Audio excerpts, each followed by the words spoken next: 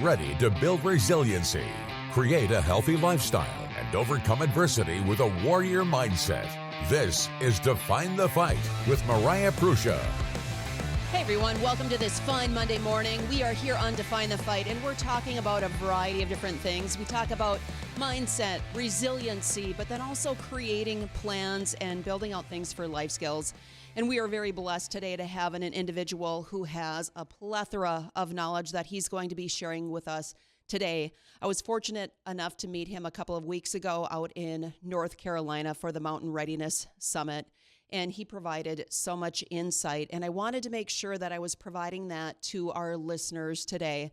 So joining me today is Wesley Hightower. He has served over 20 years in the Army, 4 years as an Infantry Paratrooper in the 82nd Airborne Division, 7 years in the 1st Battalion, 1st Special Forces Group in Okinawa, 4 years as a senior instructor at the JFK Special Warfare Center and School, 10 years as a surveillance operator and instructor special skills in demolition, recon, surveillance, intelligent analysis.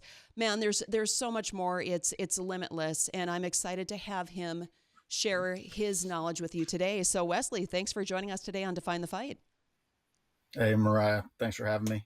Absolutely. Happy to be here. Yeah, we're gonna have a good time because you know what? Everybody plans for work, they plan their food, whatever that looks like, but a lot of people have a gap when it comes to life skills and preparation. Fair assessment? Yeah, I mean, everybody's got gaps in their preparedness. It's just trying to reduce the impact of those gaps and fill it in when you can and where you can. So Absolutely. So let's talk a little bit about your background and your training, Wesley, on, you started at a certain spot and clearly there's a lot of growth that comes into play. So what does your background and training look like? well, I mean, my background is mostly special operations in the Army. I grew up in Texas, kind of living in the country, so I've got a country background. But I joined the Army at 19, spent 20 years in the Army, did infantry, then went on to special forces and became a Green Beret. And within special forces, there's different skill sets and tracks that you can kind of fall into aside from your main job. But I kind of fell into the surveillance and reconnaissance realm, also known as AFO, Advanced Forces Operations. And I spent the majority of my time in special forces as a reconnaissance operator. So that's where my skill sets and primary skill sets lie.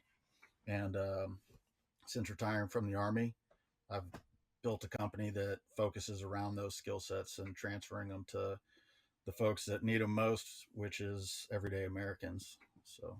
And you've seen clearly an uptick. When would you say that you notice more of an uptick for individuals wanting to learn more? Was it the last couple of years? Has it been further back? When would you say that your services have been, more reached out for?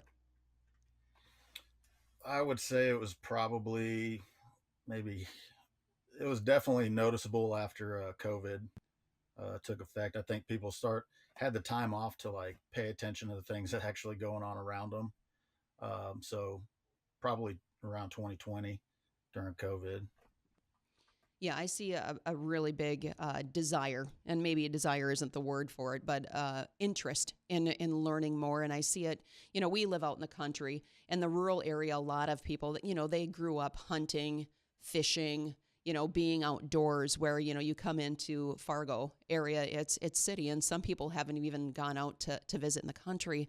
So it's important to understand, the things that you don't know what you don't know is really what it comes down to. And right now, I think there is a light that's being shined on, hey, you need to increase your knowledge or your intelligence because right now, who knows? I don't want to say that the world is going to flip upside down. I think it has in many ways.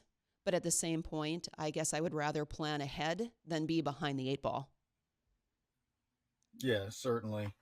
Yeah, you and I have had this talk about the fate of empires. I think a lot of people realize that things are not well or not as well as we would like them to be. But I don't think that the U.S. is going to cease to exist anytime soon. But I do think we're already on the downward track to not being the world's power. Now, I don't think it's going to be like a sharp cliff where we just fall off and the U.S. doesn't exist anymore. But it's certainly going to be a slow downward trend, probably over decades, to the point where we're not the world's power anymore. And a lot could happen in that slow downward trend. There could be rioting, there could be food shortages, there could be all kinds of terrorist activities and events. But I think most Americans are understanding of the fact that they need to be prepared. They need to have the ability to rely on themselves and take care of their family, because in recent history there's been many events where the government has fallen short, and the one that comes to mind most is uh, um, Hurricane Helene here in North Carolina.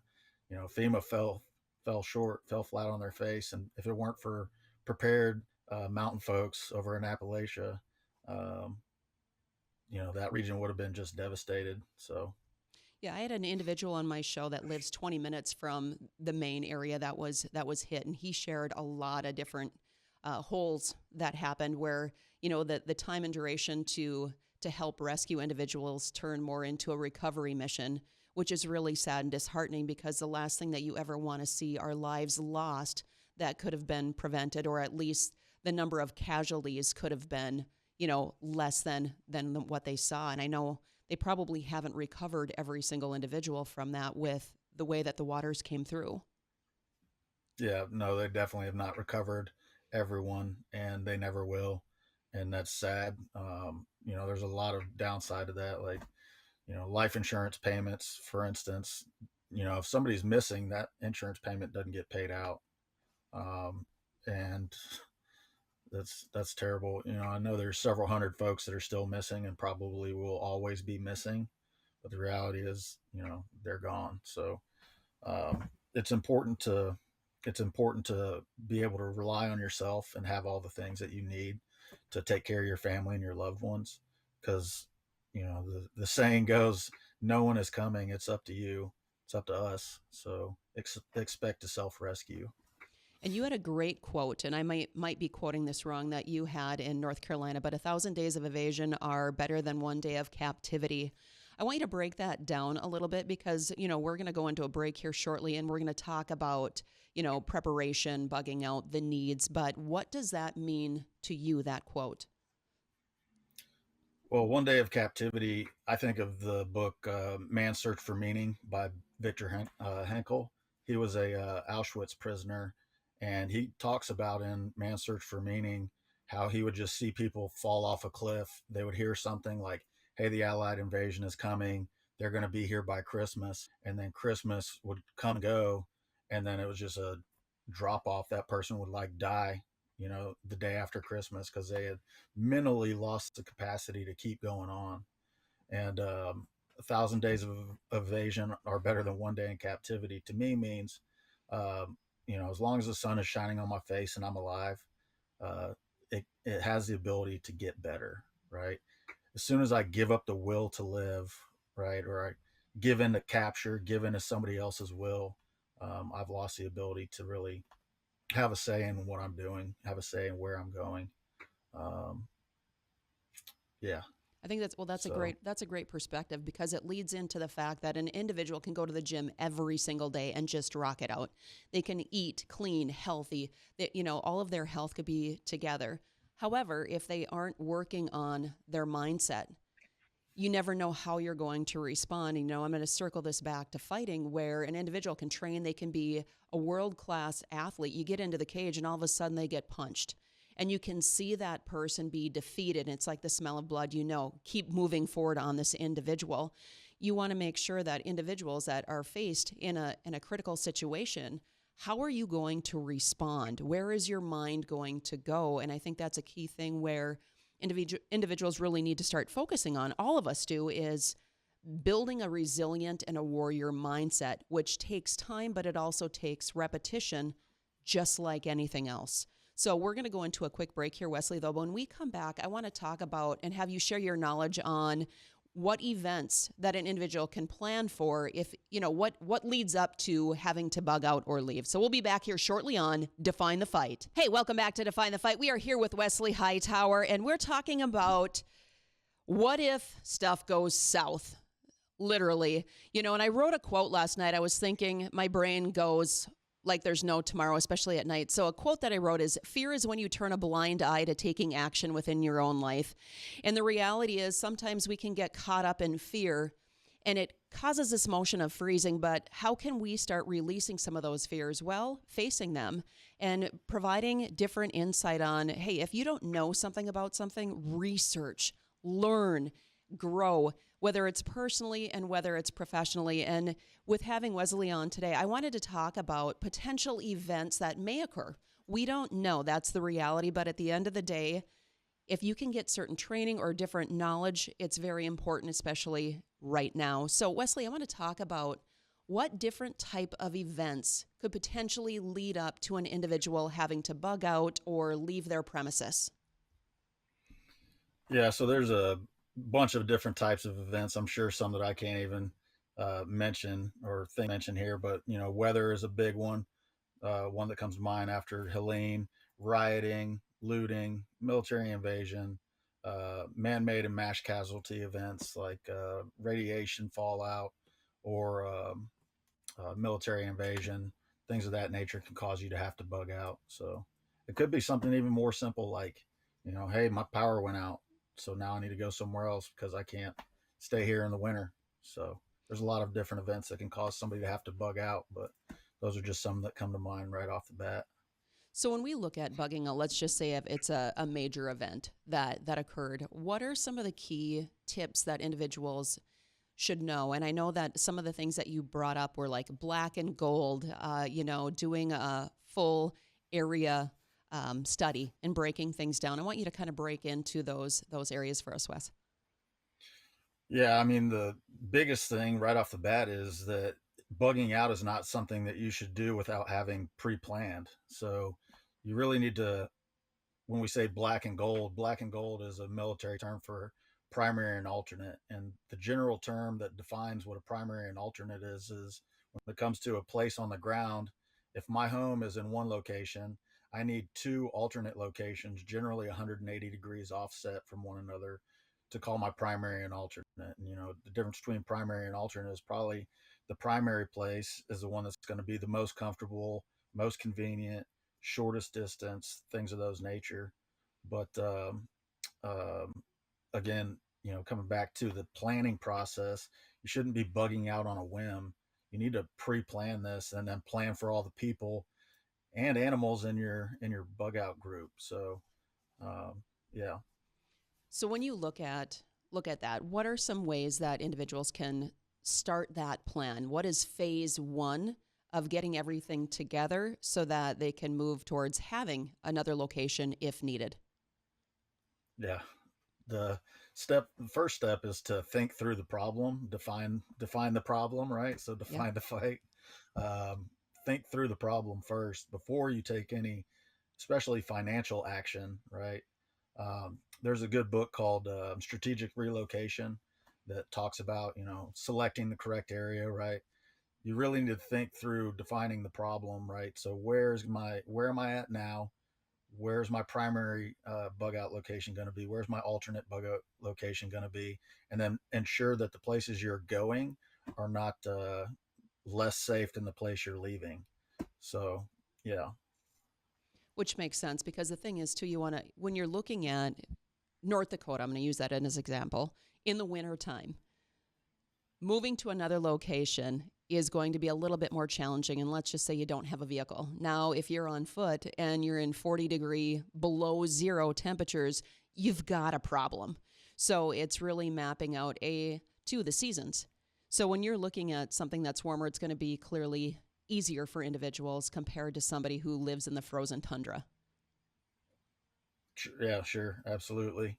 Um, you definitely got to take in weather. Again, that's probably one of the most um, things that gets overlooked. People are like, hey, it's great right now while I'm thinking about it, but what's it look like during the worst parts of the year? So 100%. So what are some of the key needs when you're looking at survival that individuals would make sure? Clearly, I know food and water, but what are some other things that people might put to the side and not recognize that, hey, these are action items or materials that you actually would need if you were to bug out?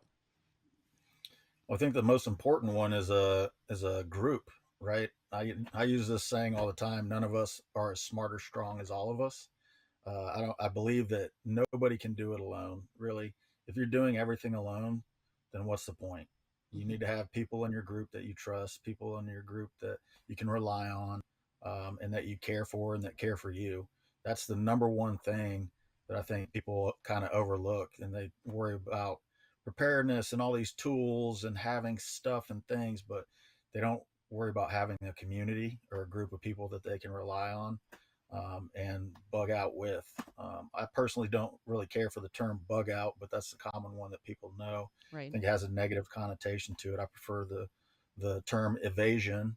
So in your evasion group, you need to have people that you can trust and people that love you, because that's going to be the thing that helps you hold on when it's really going tough. So beyond that, as far as the things, you know, obviously food, water, air, shelter, things that are going to immediately affect our well being. But you also need defense tools. Like, I'm a big proponent of having firearms and knowing how to use them.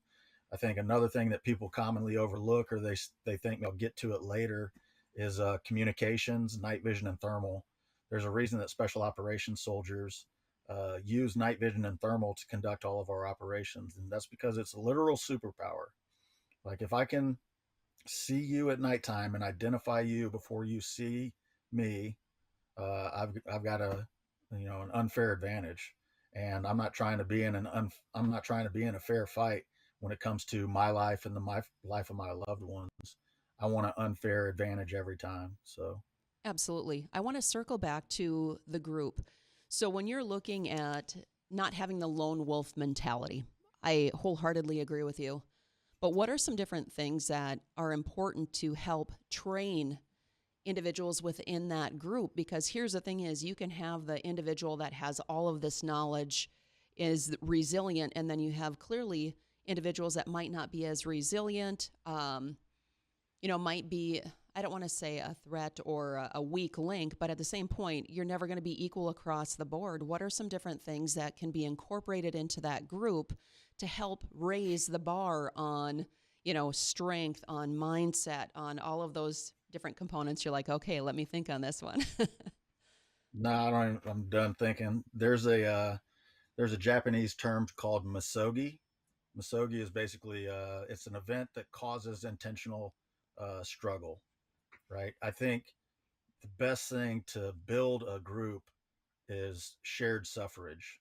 So, when I was on a team, obviously we suffered a lot together, but we also once a year would plan a Masogi event. And the defining term for Masogi is like, all right, let me think about something I can achieve, you know, in a short period of time, and then let me double that.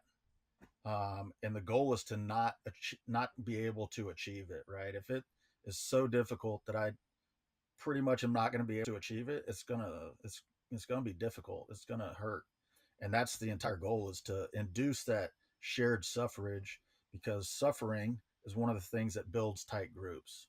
So I think regardless of what the event is, I think shared suffrage is really going to bring people together, and it's going to put people on a human plane.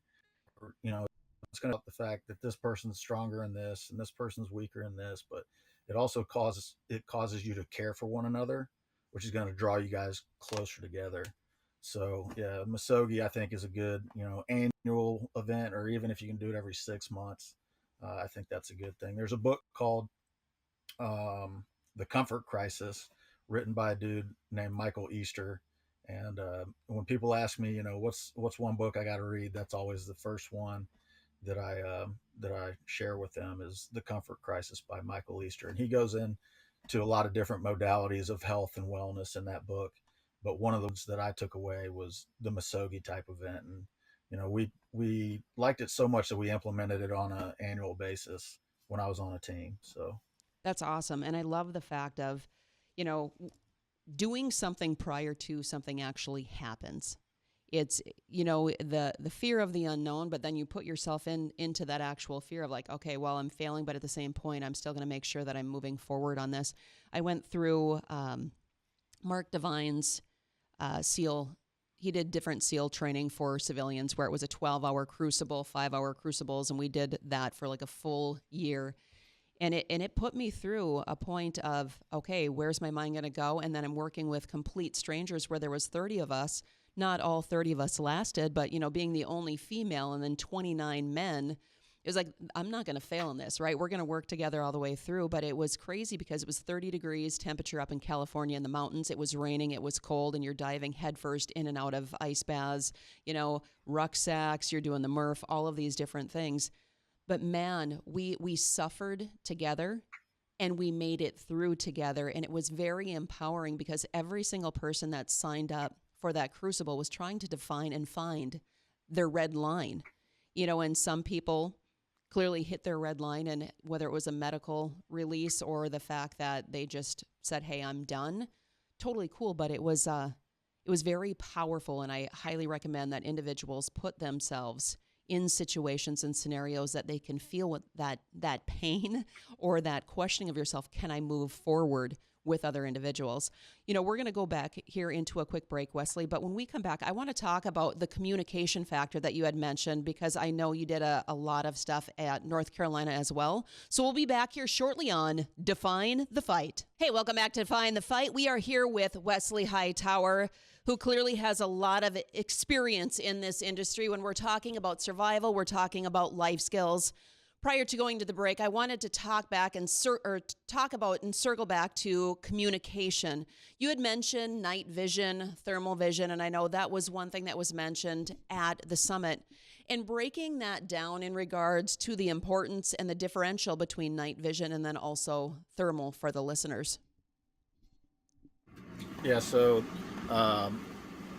communication is ultra important, and I think cell phones are great, but in the event that cell phones are not working, you got to have like an alternate plan, right? So satellite typically is a pretty good one, but RF communications, radio frequency communication, is the only form of communication that is real time, right? So when I say real time versus not real time, not real time is cell phone, right? So if you've ever got like a text message that was out of time, or maybe you got it a day late and out of context, that's because it's not a real time communication. So the only real true form of real time communication is in person and radio frequency. So I'm a big proponent of radio frequency communications because if you're ever in the evasion situation or bug out situation, there's going to be times where you have to separate from your survival group and you need to be able to find them again. So, things happen. Maybe you drop somebody at a certain point and you say, hey, wait for me 5 minutes. I'll be back in about 10 minutes, 5 or 10 minutes. And then you come back and that person's not there. You got to have the ability to communicate with them. So multiple forms of communication. You also got to think about distance that you're trying to communicate and how many people you need to communicate with. So wide area communication, as far as like radio is concerned, you've got AM, FM that go out to millions of people in a certain area. That would be wide area communication, also real-time communication. And then satellite, which would be called like over the horizon communication. So satellite and cell phone. And then radio frequency communication typically is line of sight. But, once you get into like high frequency radio, you have the ability to basically transmit all the way around the globe. So many different forms of communication. You just got to understand what scenario you're trying to fit your comms to. So when you look at ham radio, when you're looking at those, I know there's a lot of questions when it comes to ham radios because of the fact of, it looks like there's a certification, all of these different things that come into play. Can you break that or define that down for us, please? Yeah, there's a lot of different types of radios, and ham radio is the one that kind of throws people off. I personally am a proponent of people getting their ham license, but also understand that ham radio, in the event of a natural disaster or an emergency, that that license requirement is waived. So if you're preparing for self-reliance in a natural or national disaster, you can put ham radio in your PACE plan, because that emergency is going to be greater weighted than your licensing requirement. The licensing to me is a good thing, because it's basically your license to practice and get better. I know a lot of guys that own radios and don't even know how to program them. If they had their ham license, they would probably practice with it more. There's a lot of different types of family friendly and easy to use forms of radio frequency communication, like GMRS, for instance. You don't have to do a test. You just pay a licensing fee, and it's a one and done type deal, but then you're licensed. So ham, I know people get kind of scared about the licensing requirement, but again, in the event of an emergency, that licensing requirement is waived. I would always push people to get their license, because again, it's basically a license to practice, and practice is how you get better. So. Well, if you don't know how to use it, it doesn't matter if you have it. So the license, like you said, it's the educational piece, and then, how skilled are you going to be at utilizing the device once you have it? So, no, I agree with you wholeheartedly. Looking at to the night vision and thermal, you guys did a breakdown session of night vision also, or night driving, I should say. Let's talk about that really quick here, because, we were going to do that when I'm going to be straightforward and honest with you. After driving however many hours, I was like, okay, we were able to try on the night vision. This is great. And see those things. I'm like, you know what? We live in the country. We can rock this out. Closest neighbor is 2 miles east, 2 miles west. We're not going to really hit anything. So go ahead and discuss what that looks like. Yeah. So again, night vision and thermal, it's really a superpower. If you don't have it, you're at a disadvantage. Fair fights and all that kind of thing. Like I said earlier, I think you need night vision and thermal. The way that I use thermal, there's two real forms of thermal that I use, right? One is weapons mounted, one is handheld. I use thermal to either engage targets directly or to identify a target before they identify me. And then night vision, I use that as a navigational tool. And I always like to have a head-mounted night vision device, because it frees my hands up to hold things, grab a hold of people.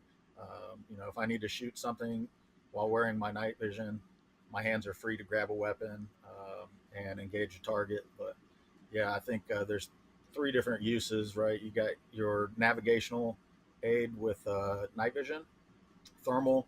You can use it as a identification tool, and then you can also use it to identify and engage targets. So, like in the evasion context, using thermal, if I'm hunting for survival at nighttime, I can see birds roosting in trees. I can see animals, in their beds while they're sleeping, and then it allows me to identify threats as well. So it can be a great hunting tool. It can be a great security tool.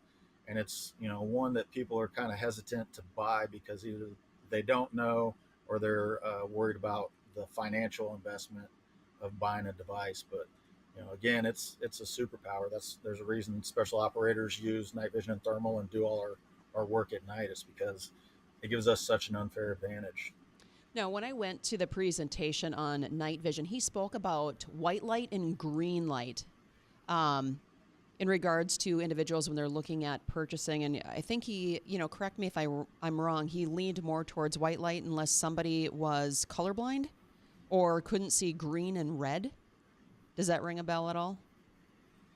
Yeah, if you can't see green or red, then, night vision is always going to be either green or red, unless you get a digital night vision device, which are not really great tools when it comes to putting your life on the line, because there's a lag. So the current, night vision and thermal devices that we use are all analog devices, which means there's no delay, right? So there's no image catch up while I'm moving, right? With an analog device, I look through the device, works very similar to a binocular, where it's just glass and I see what I see on the other end of the glass. So when he's talking about green light versus white light would be like a flashlight. There's ups and downs to flashlights and green lights. I think you need to have both in your toolkit. But when we're talking about an evasion or security scenario, as soon as I turn that white light on, I'm giving away my position. The fact that I'm there, it also highlights what I'm looking at. I would avoid doing that if I had the ability to turn on night vision or thermal first, right? So Right. there's engaging under green light. So like using an infrared laser, putting it on the target and pulling the trigger. And then there's also called passive aiming, which now with the prevalence of drones and how prevalent night vision and thermal is, as soon as I turn on an infrared laser, if somebody's got a night vision device, they can actually see where my laser originates from and what I'm looking at. So it's kind of six of one, half a dozen of the other, but the lower and less likely threat is somebody else having night vision and thermal. Pretty much everybody has eyeballs, right? So as soon as I turn that white light on, I'm highlighting the fact that I'm there and what I'm looking at. And, Uh, in a life threatening scenario, again, I want that unfair fight, right? I don't want them to know that I'm there when I'm making an engagement. So again, you got to have both, but definitely I would recommend people get night vision and thermal because it's a superpower. when you look at skills, what are certain skills that you think that individuals should practice and work on in today's day and age?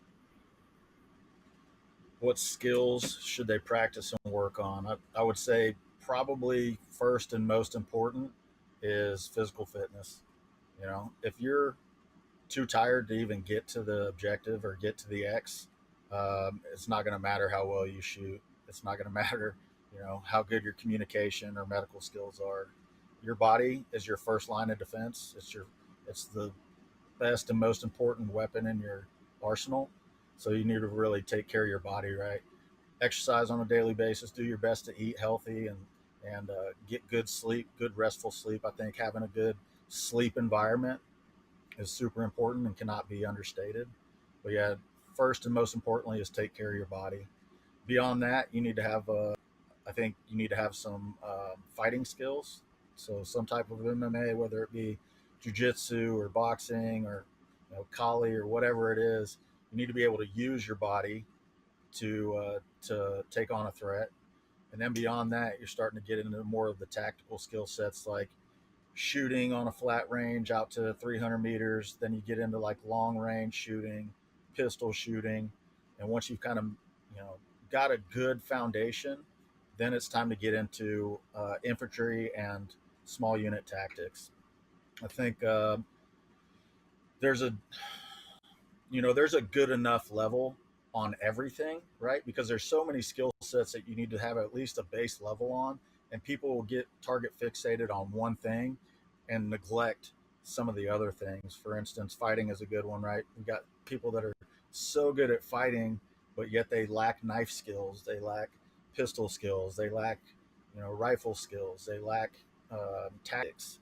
So you got to define your fight, right? Yep, You absolutely. got to define what the problem is and make sure that your skill level is good enough in each of the categories that you need to have it in, and then go from there. Well, I like the fact that you had mentioned too that you can have all the mixed martial arts skills, but then what happens when a weapon is added into the game, right? It's making sure that everything can elevate, but you have to make sure that you're elevating with it.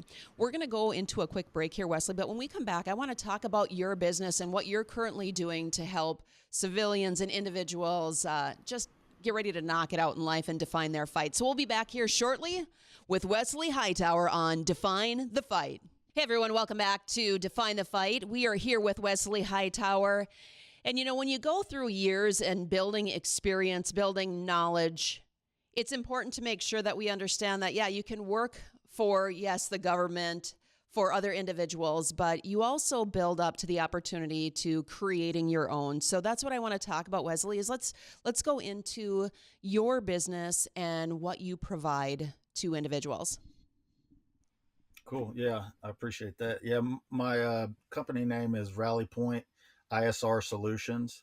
Our website's rallypointisrsolutions.com, but ISR stands for Intelligence, Surveillance, and Reconnaissance. And really, our primary customer that we pitch to is American civilians. I think the skill sets that I developed in the military and that my partner Dan developed in the military really are not as common within the training world as they should be. Um, Intel surveillance and reconnaissance, like the courses that we teach, are centered around physical surveillance, counter surveillance, home defense, and security. And I think if you look at things through the lens of like a criminal, right? How is a criminal going to target you? Well, they're going to conduct surveillance on you. They're going to do reconnaissance on your home, place of business, and family members and associates.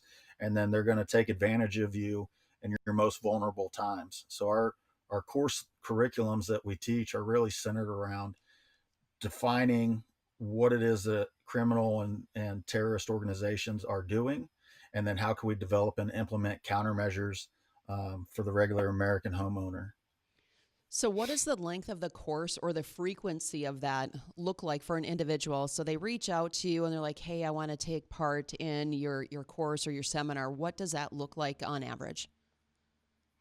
Yeah, so our typical course curriculum is 3 days. Typically, we run it Friday, Saturday, Sunday.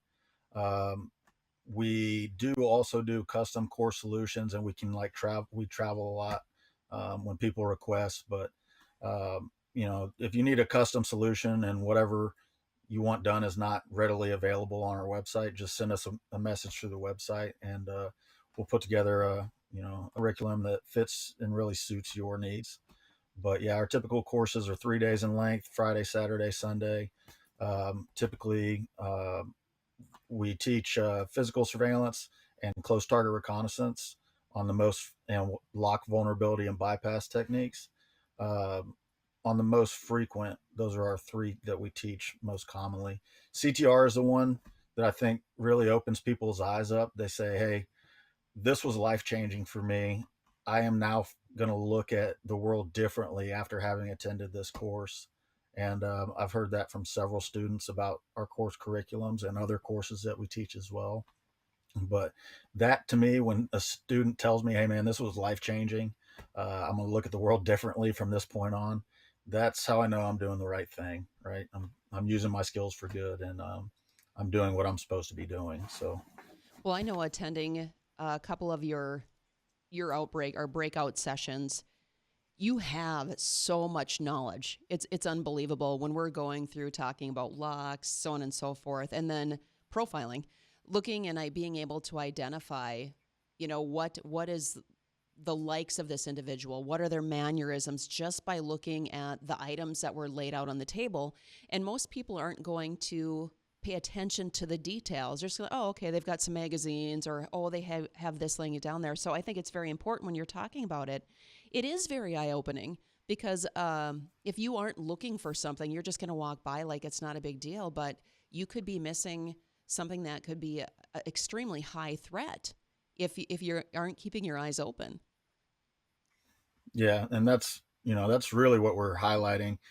We're trying to teach you what to look for and how to develop countermeasures for all of these threats, right? You've heard the saying, me and a friend are walking in the woods and we get chased by a bear. Well, I don't have to be faster than the bear. I just got to be faster than my friends. Security is the same way, right? I want to be a more difficult target than my neighbor, right? If it's easier for the criminals and terrorists to go to the next target, then I'm going to be safer for it. So you need to have that hardened security posture, and you need to be aware of the things going on around you.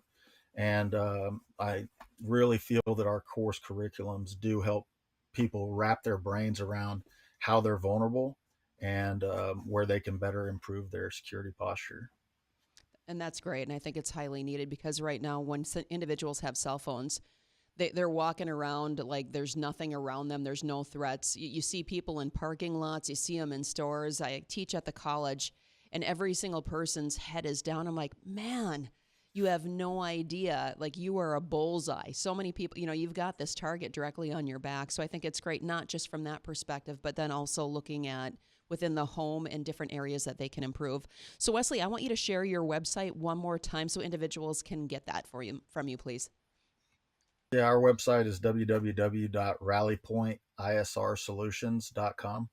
And all our course curriculums are on there. We also sell some physical products that that we believe in are necessary for homeowners to have. And yeah, we've got a tab on our website that's got our upcoming courses and then also our course catalog. So if you see something that you like, but we don't have a course coming up that's teaching that, just send us a message, tell us where you're at, and we'll see if we can't get to your location and get a course going. Awesome. Well, Wesley, I appreciate you making the time and coming on the show and then clearly sharing all of your expertise, because I feel that it's clearly very, very important. And not only that, that you are providing different courses for individuals to enhance their knowledge. So again, thank you so much for joining me on Define the Fight. Yeah, thanks, Mariah. This is great.